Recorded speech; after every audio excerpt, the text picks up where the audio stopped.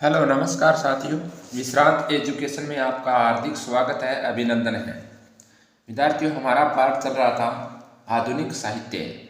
आधुनिक साहित्य के बारे में हमने कल वाली क्लास में पढ़ा, विजयदान देथा को पढ़ा। आज हम पढ़ेंगे सूर्यमल मिश्रण के बारे में।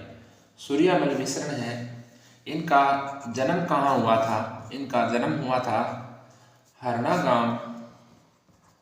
गांव बूंदी में इनका जन्म हुआ था। ये हमें ध्यान रखना है। 1815 ईस्वी में इनका जन्म हुआ था। हरना गांव बूंदी में पूछा जाता है कि सूर्यमल मिश्रण का जन्म स्थान कहाँ है, तो हरना गांव बूंदी है। और इनके पिता कौन थे? सूर्यमल मिश्रण के पिता थे चंडीदान। कौन थे?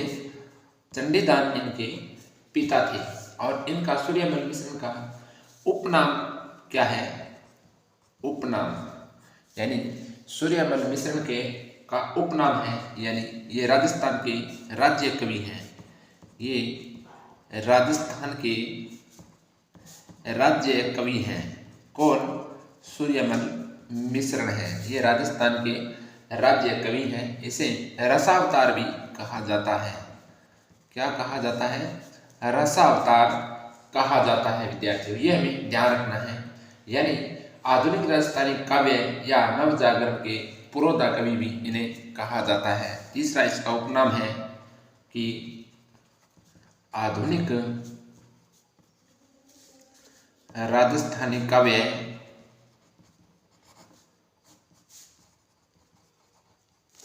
व नवजागरण के पुरोधा कवि,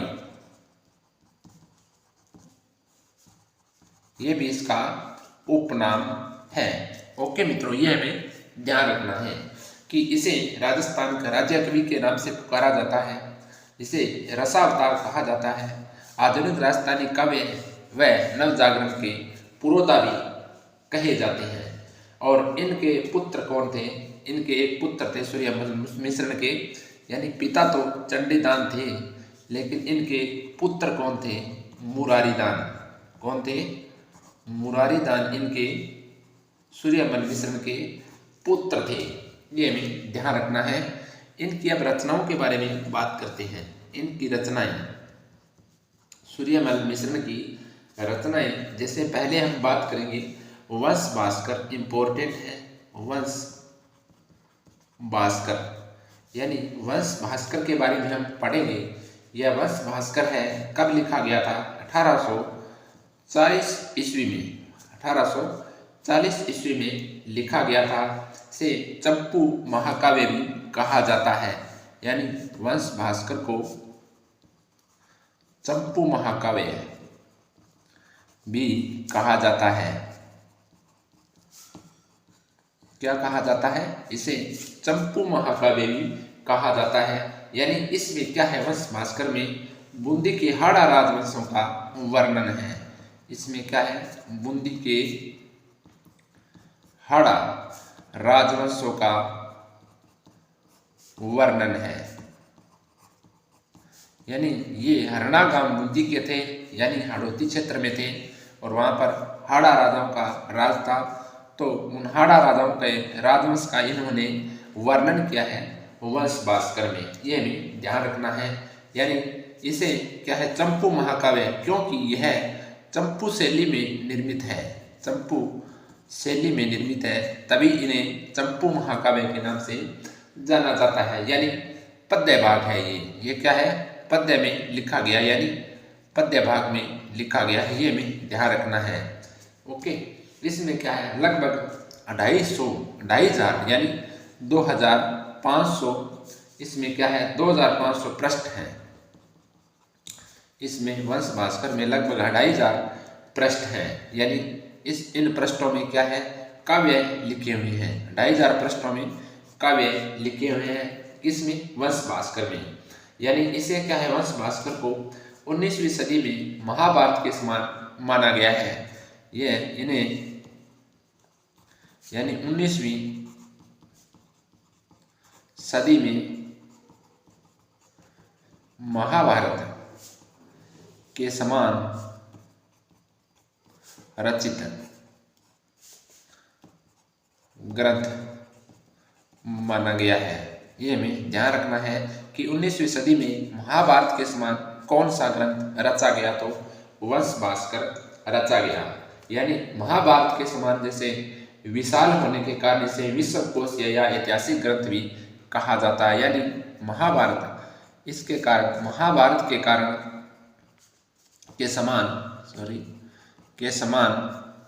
महाभारत के समान विशाल होने के कारण, यानी महाभारत जितना यह विशाल ग्रंथ होने के कारण इसे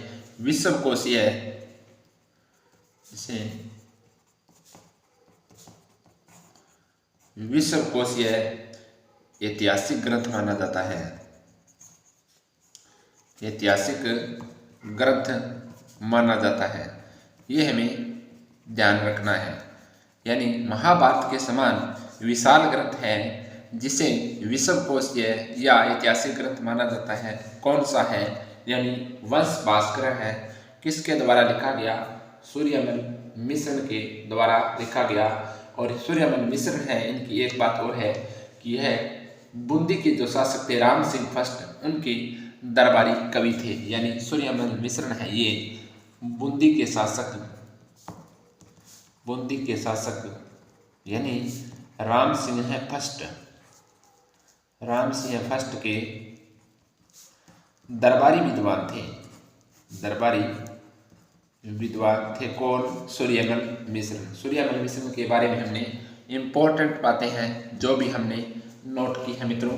तो इनको देखो, सूर्यमल मिश्र, इनका जन्म हुआ था हरना गांव बूंदी में। इनका जन्म हुआ था 1815 में।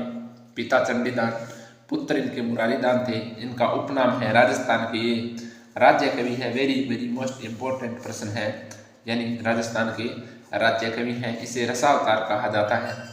आधुनिक राजस्थानी काव्य व नव जागरण के पुरोधा कवि हैं। इनकी रचनाएं हैं वंश भास्कर है, चंपू महाकाव्य यानी चंपू शैली में निर्मित है। इस वंश भास्कर में क्या है?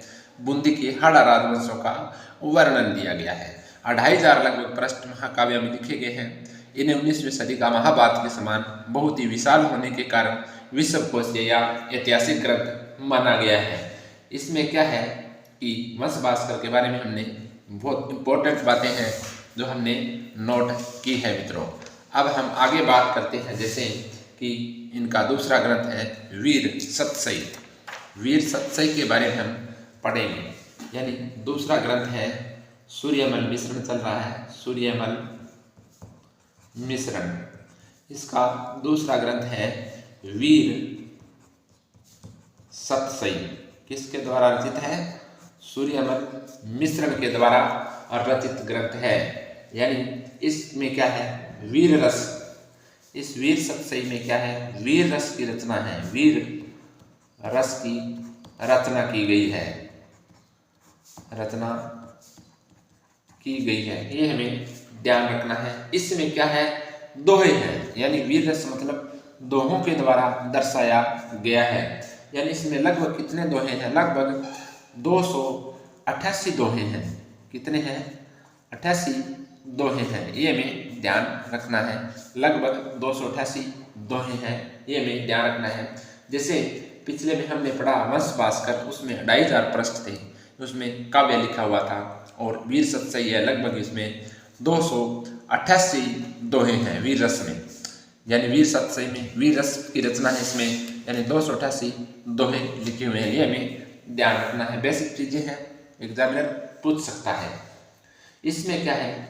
जैसे 1857 ईस्वी की जो क्रांति हुई थी, उन क्रांतिकारियों की घटनाएं भी वीर सतसई में नोट की हुई है। यानी 1857 की क्रांति की घटनाएं इसमें हैं, घटनाएं दर्शाई गई है। इसमें वीर सतसई में, ये सूर्यमल मिश्रण द्वारा लिखित एक ग्रंथ है, वीर रस है। तो इसके बाद हम बात करते हैं कि इसमें अंग्रेजों की दासता के विरुद्ध ये लिखा गया ग्रंथ है। यानी 1857 की क्रांति के बारे में लिखा है, तो हमें ध्यान होना चाहिए कि अंग्रेजों की दासता के विरुद्ध लिखा गया ग्रंथ है, लिखा गया ग्रंथ है। यानी अंग्रेजों की जो अंग्रेजों द्वारा अत्याचार वगैरह किए गए हैं उनके बारे में इसमें दर्शाया गया है। इस ग्रंथ की जैसे शुरुआत तो किसने की थी, इस ग्रंथ की शुरुआत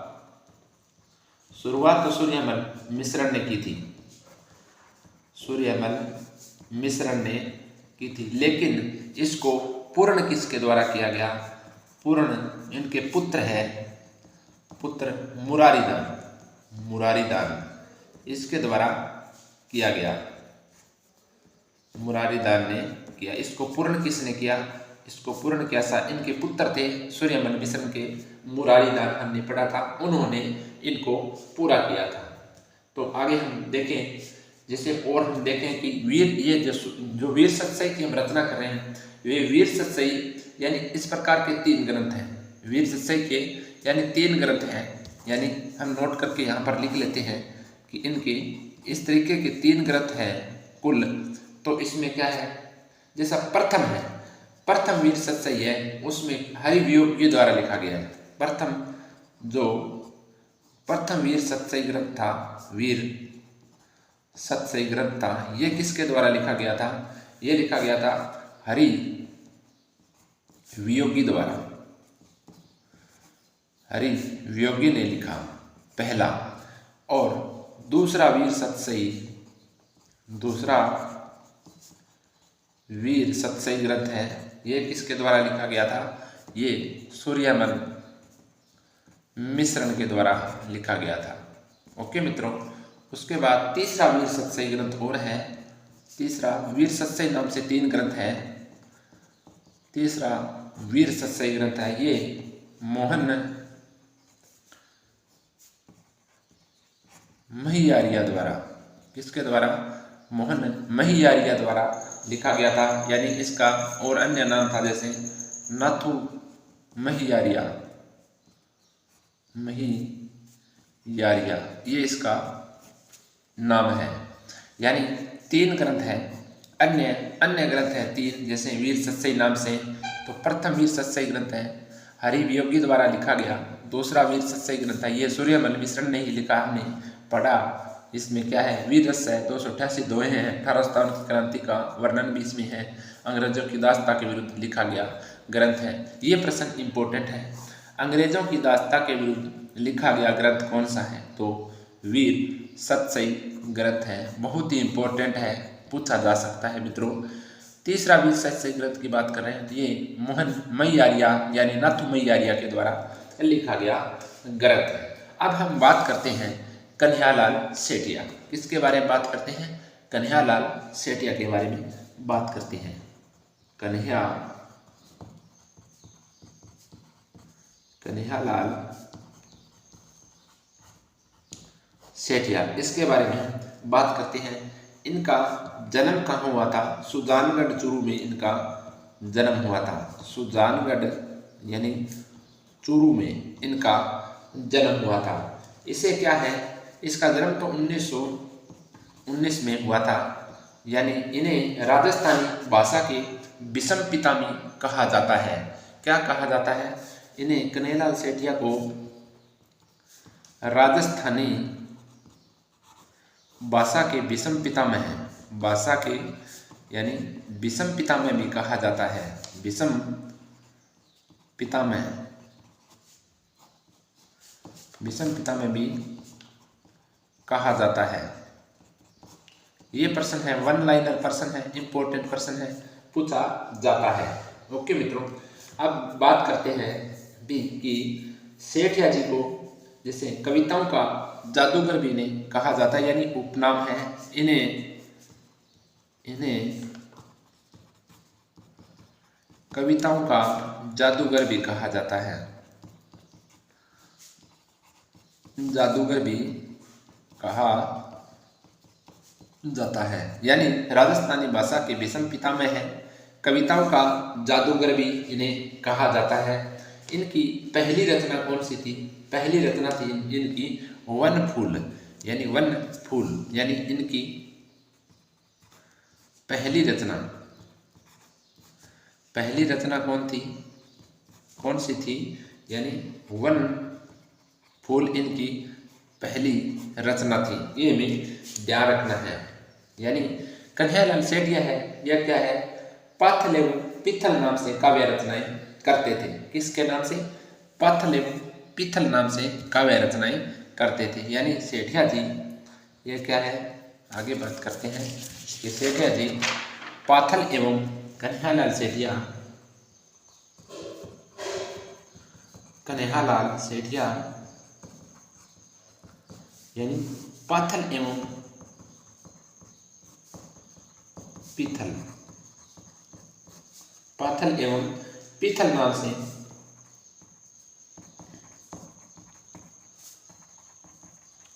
काव्य रचनाएं करते थे।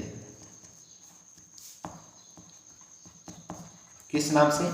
पाथल एवं पिथल नाम से कन्हैयालाल सेठिया अपनी रचनाएं करते थे। ये हमें ध्यान रखना है। यानी पाथल किसे कहा जाता था? पाथल कहा जाता था महाराणा प्रताप को। पाथल यानी महाराणा प्रताप, और पिथल कौन थे? पृथ्वीराज राठौड़ थे। पृथ्वीराज राठौड़ के नाम क्या है? पिथल। पिथल कहा जाता है किसे? पृथ्वीराज राठौड़ को। और पाथल महाराणा प्रताप को कहा जाता है। यानी ये तो इनकी 2 नंबर की रचना है। पहली कौन सी थी? वन फूल थी। पहली कौन सी थी? वन फूल। दूसरी पाथल एवं पिथल थी। दूसरी हमने बात की पाथल और पिथल। तीसरी बात करते हैं लील डांस। किसकी रचना है? लील डांस। ये भी कन्हैयालाल सेठिया की रचना है। यानी यह क्या है? सर्वाधिक प्रसिद्ध रचनाएं हैं। सर्वाधिक प्रसिद्ध रचना है कौन सी? लील डांस है वो सर्वाधिक प्रसिद्ध रचना है। ये हमें ध्यान रखना है। और इनकी चौथी रचना कौन सी है? अग्निवाणी। कौन सी है? अग्निवाणी रचना है इनकी तीसरी रचना है, यानी अग्निवाणी। यानी इनके ऊपर क्या है? बीकानेर में राजाओं का राजद्रोह का मुकदमा जारी किया गया था। यानी इस रचना के कारण, यानी ये रचना लिखी, इन रचना के कारण, अग्निवाणी के कारण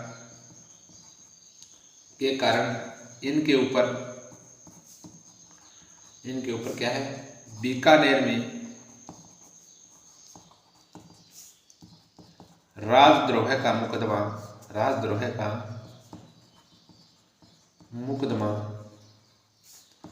जारी किया गया। ये हमें ध्यान रखना है। यानी लील डांस है ये सबसे इम्पोर्टेंट है। और पाथल और पिथल ये भी महत्वपूर्ण रचना है। पहली कौन सी थी? वन फूल इनकी रचना थी। ये हमें ध्यान रखना है। और इनको क्या है? एक पुरस्कार दिया गया था। यानी लील डांस की रचना के कारण 1976 में जैसे साहित्य अकादमी पुरस्कार मिला है। किसके कारण? लील डांस के कारण। यानी पुरस्कार मिला इन्हें, ये भी हम नोट कर लेते हैं। इनको एक पुरस्कार मिला यानी लील डांस की रचना, लील डांस की रचना की थी इन्होंने। रचना पर 1976 में 1976 में इन्हें साहित्य अकादमी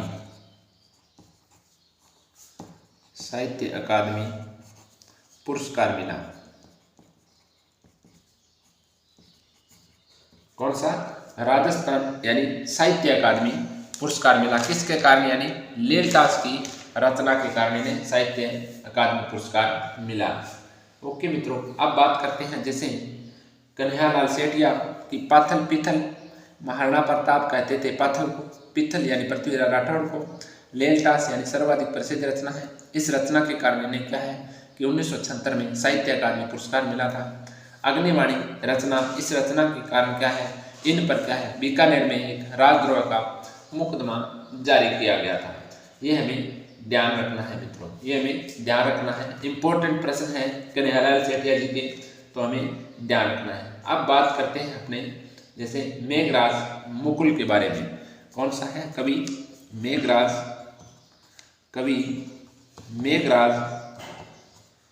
मुकुल, इनके बारे में पढ़ते हैं। मेघराज मुकुल की बहुत ही इम्पोर्टेंट रचना है।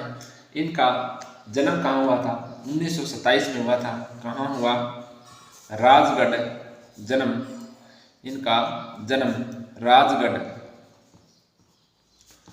चूरू में जन्म हुआ इनका। कहाँ हुआ? 1927 में राजगढ़ चूरू में इनका जन्म हुआ था। इनकी एक प्रसिद्ध रचना है सेनानी। कौन सी है? सेनानी इनकी प्रमुख रचना है। यानी किसकी है? मेघराज मुकुल की रचना है। यानी किस पर लिखी गई है? हाड़ी रानी यानी सहल कमल पर लिखी गई रचना है। यानी यह हाड़ी रानी या सहल कमल पर लिखी गई रचना है। ओके मित्रों, मेघराज मुकुल यानी सेनानी इंपॉर्टेंट है, इसको इंपॉर्टेंट लगा लेना। ये पूछा जाता है कि सेनानी किसके द्वारा लिखी गई है, तो मेघराज मुकुल के द्वारा लिखी गई है। अब बात करते हैं एलपी टेसीटोरी के बारे में। यानी इटली के विद्वान थे ये, यानी एलपी टेसीटोरी। इसके बारे में हम पढ़ते हैं, क्या क्या इंपॉर्टेंट है उनको हम नोट करते हैं विद्यार्थियों। यानी इनका पूरा नाम क्या है? इनका लुइस पाइस टेसीटोरी इसका पूर्ण नाम है। यानी लुइस पाइस टेसीटोरी इनका नाम है। क्या नाम है? लुइस पाइस टेसीटोरी इनका नाम है। शॉर्ट नाम इनका है एलपी टेसीटोरी। यानी ये कहाँ के थे? यानी ये भी साहित्यकार थे। कहाँ के थे?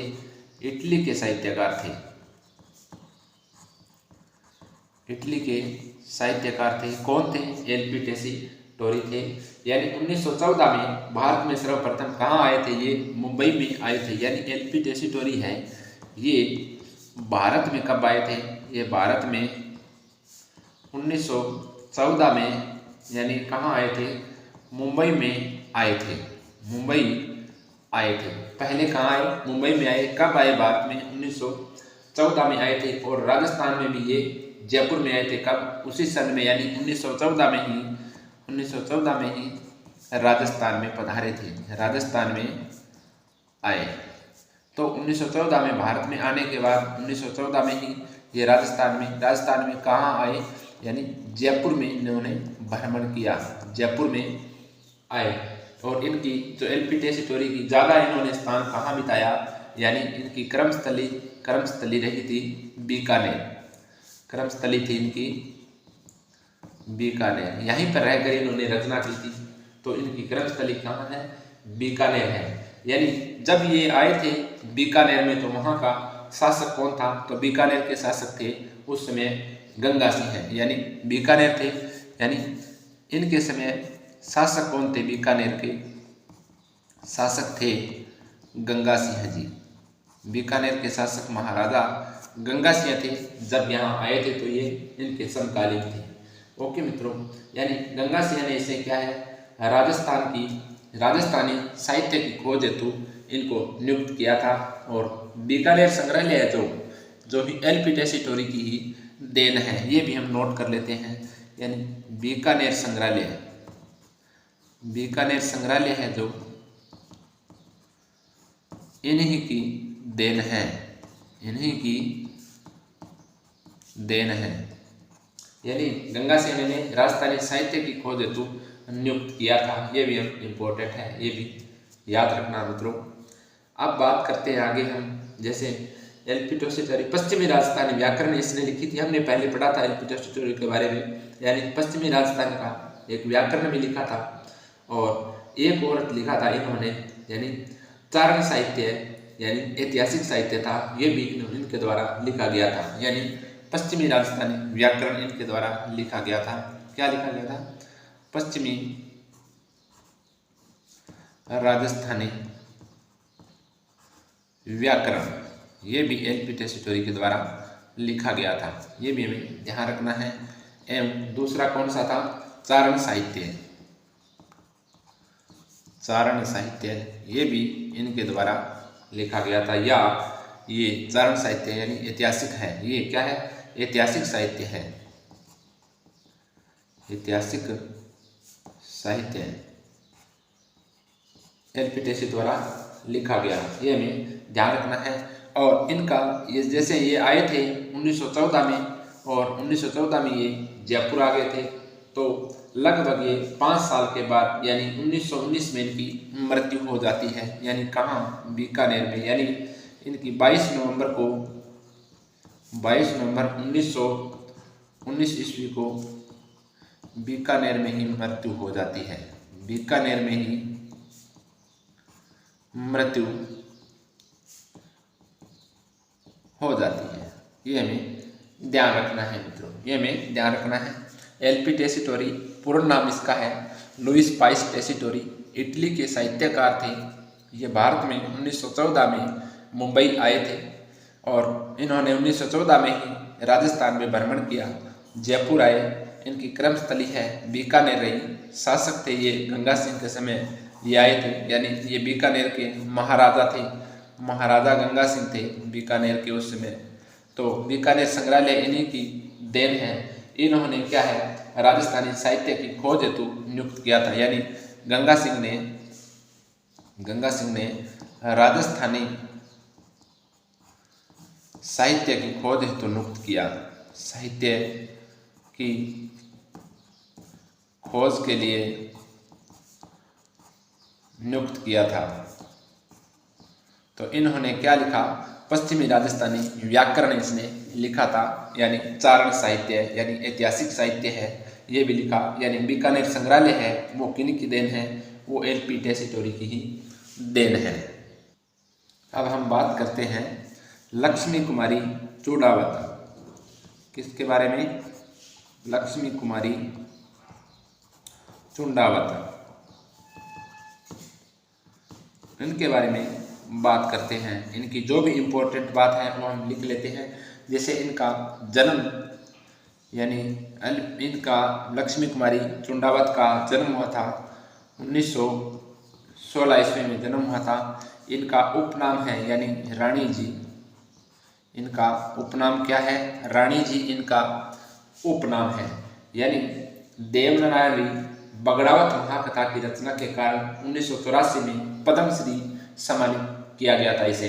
किससे, यानी पद्मश्री से सम्मानित किया गया था। यानी क्या लिखा इसने, देवनारायण री बगड़ावत महाकथा है इनकी, यानी देवनारायण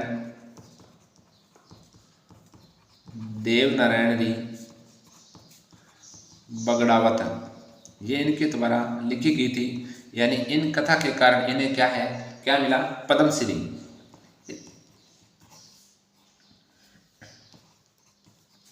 पद्मश्री से सम्मानित किया गया, यानी देवनारायण री बगड़ावत के कारण इन्हें पद्मश्री से सम्मानित किया गया था। यानी लक्ष्मी कुमारी चूड़ावत है। इनका जैसे अन्य रचनाएं कौन कौन सी है ये हम नोट कर लेते हैं। इनकी प्रमुख रचनाएं हैं वो हम नोट करते हैं। जैसे मुमल इनके द्वारा लिखी गई है, यानी महेंद्र व मुमल की इसमें प्रेम कथा है। ओके विद्यार्थियों, यानी मुमल और टाबरारी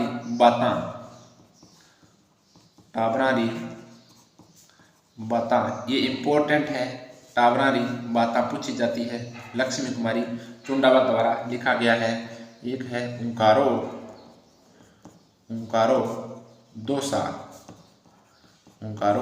दोसा, वो भी इनके द्वारा लिखी गई ये रचना है। एक है कथनी और करनी, यानी कथनी करनी, ये भी इनके द्वारा लिखी गई रचना है। एक है राजस्थान री बाता, ये भी लक्ष्मी कुमारी चूड़ावत द्वारा लिखी गई है। ओके मित्रों, यानी 2012 में इसे क्या है, राजस्थान रत्न भी मिला है। यानी 2012 में इन्हें राजस्थान रत्न से सम्मानित किया गया था। राजस्थान रत्न से सम्मानित भी किया गया था। किनको, लक्ष्मी कुमारी चूड़ावत को, ये भी हमें ध्यान रखना है। विद्यार्थियों, हमने पढ़ा आधुनिक साहित्य, उसके बाद हमने जैसे आधुनिक साहित्य में विजयदान देता है, कन्हैयालाल सेठिया है, लक्ष्मी कुमारी चूड़ावत है, और मेघराज मुकुल है जैसे सेनानी, इनकी रचनाएं थी, इम्पोर्टेंट थी, हमने इम्पोर्टेंट लगाया। कन्हैयालाल सेठिया जैसे लीलटास सर्वाधिक प्रसिद्ध ग्रंथ है। पीतल पाथल हमने पढ़ा। मेघराज मुकुल की सेनानी उनको पढ़ा। एल.पी. टेसीटोरी है, इनके बारे में हमने इम्पोर्टेंट पढ़ा विद्यार्थियों। तो अब हम विद्यार्थियों कल मिलेंगे सुबह 7 बजे, 6 से 7 बजे के मध्य ये क्लास होती है। तो विद्यार्थियों बने रहें, इस विश्रांत एजुकेशन चैनल को सब्सक्राइब कर लें। तो रोज़ाना मैं आपके लिए क्लास लेके आता हूँ, डेली क्लास होती है। विद्यार्थी अब हम कल मिलेंगे, तब तक जय हिंद, राम राम, धन्यवाद। Subscribe now and press the bell icon. Never miss an update.